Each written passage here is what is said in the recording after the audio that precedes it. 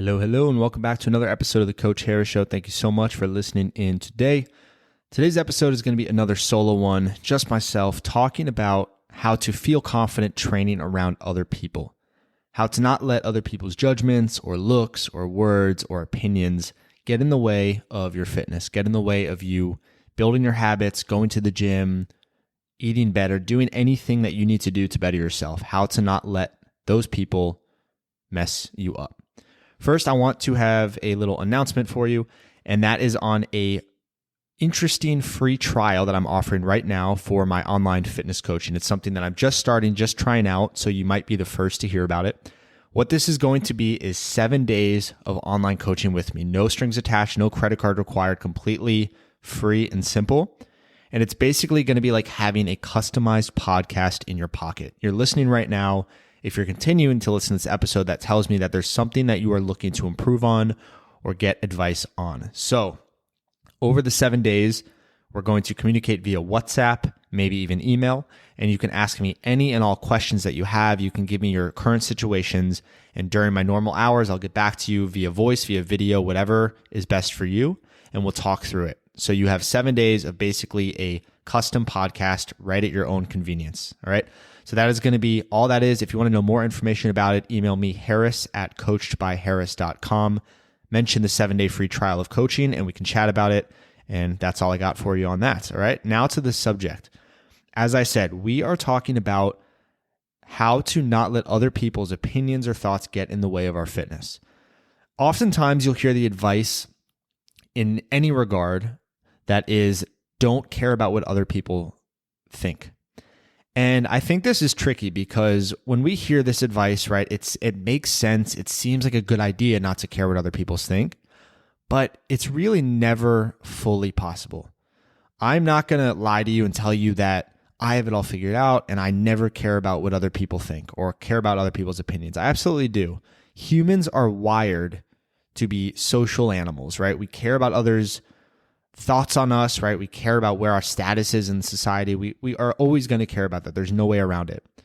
The difference, though, what you absolutely can control is if you let those thoughts, judgments, opinions get in the way of you doing things, all right? So I'm not going to tell you to not care about what other people think about you because maybe you won't much or maybe you will a lot, right? I can't control that. You might not be able to control that fully. But what I am telling you today is that those opinions, those thoughts should never get in the way of your action. A common example I hear from clients, from other people, is that they go to the gym, right? They go on runs, they go in public places to exercise, especially when they're trying to exercise with intensity. That's a big one. And they feel self-conscious about the way their body looks, the fit of their body inside of their clothes. Some people don't like sweating in front of other people or making certain facial expressions. I've actually had clients who purposely don't go towards failure on a given set, right? They make their set too easy because they don't want their face to scrunch up and look ugly in front of other people. Those are exact words that I've gotten from several. So what I have to say about that is you can do what you want. You can do what you want. If you feel more comfortable that way, fine. But it's not a once in a while thing, right? If you think, oh, it's okay because it's just at this specific hour or just when I go to the gym at these times, I try to shy away from certain people or certain things, everything else is okay. I'm telling you that it's going to have a domino effect in other parts of your life because that lack of conviction and confidence in yourself and what you're doing is going to shed into other areas. So if you want to make the most progress with your fitness, if you want to feel like the most confident person that you can be, you need to just not eliminate that fear. Because again, I don't believe in that. I think we all are always going to have certain fears, but you need to kind of dance with the fear, play with the fear, right? You have to acknowledge that you're nervous, acknowledge that you're worried about what other people think, but just do it anyway and experiment with that and see how you feel. And I promise you, you'll get through it. Another point on this discussion that I think is worthwhile, because maybe your challenges aren't that you, no matter what you do, feel self-conscious. It might just be that you don't feel like you have the proper education or understanding of what you're doing, and that might make you feel nervous, right? I've had some clients that were very confident people. They had no problem, but because they didn't have proper technique or understand what to do in the gym. They felt like they were just kind of wandering around, doing things poorly, and that made them feel self-conscious, like people were judging their movement and whatever they were doing. So I have to say two things about that. One, obviously, learn the form, right? Learn parts around the gym. That's what I'm here for. That's what this podcast is for. That's what the coaching is potentially for. By learning what movements and what things you have available, you will be able to feel confident in the gym, right? You'll go in with a plan. You'll know exactly what to do. So listen to my other content. Try out that 7 days of coaching if you'd like, because that's going to be something that you can really learn a lot from and feel confidence from. The other part of this is that if you are in the gym or if you are in a public place, even if it's online, right? If you're in a community and you think that other people are judging you, looking at you, worried about you, I guarantee you that 99% of those people, if not 100, are just as worried about themselves. They're not focusing on you. They're not focusing on your body or what you're doing. They're focused on what they're doing or what they're doing wrong. You know what I mean? Like, if you are worried about other people's opinions, if they're looking at you, if they're judging you, why would you think that other people aren't doing the same?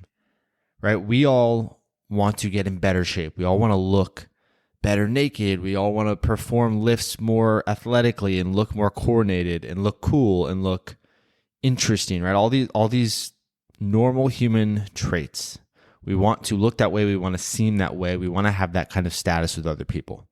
Whether we admit it or not, we want that. So if you are worried, if you are thinking people are looking at you, I promise you they are thinking similar things about themselves. So that should put you at ease a little bit.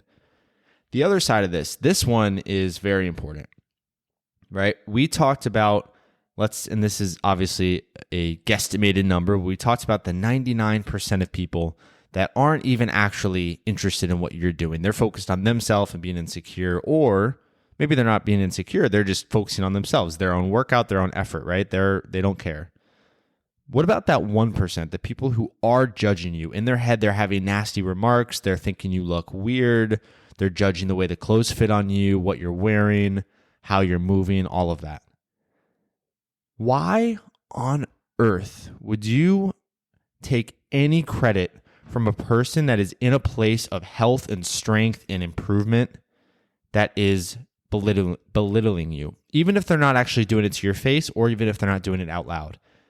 If you get the idea, because sometimes it's really obvious. Again, I worked in a very populated gym for 4 years. I've seen thousands of people training.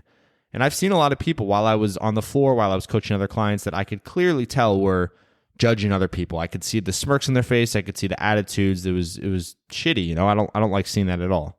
And it's obvious sometimes.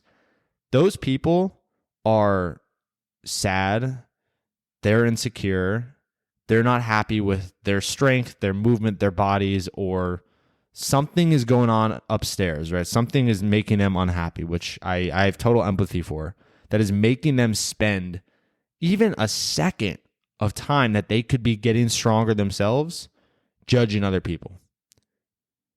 Not only judging other people, but judging people that are actively trying to improve themselves. That's you, right? That's your peers.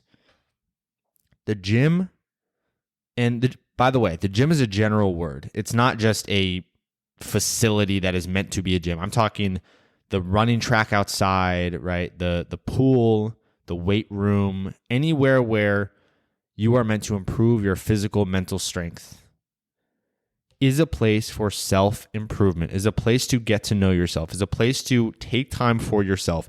We live in a world, I get fired up about this stuff. We live in a world where we spend so much of our day, many people, working for other people's ideas, messages, lives.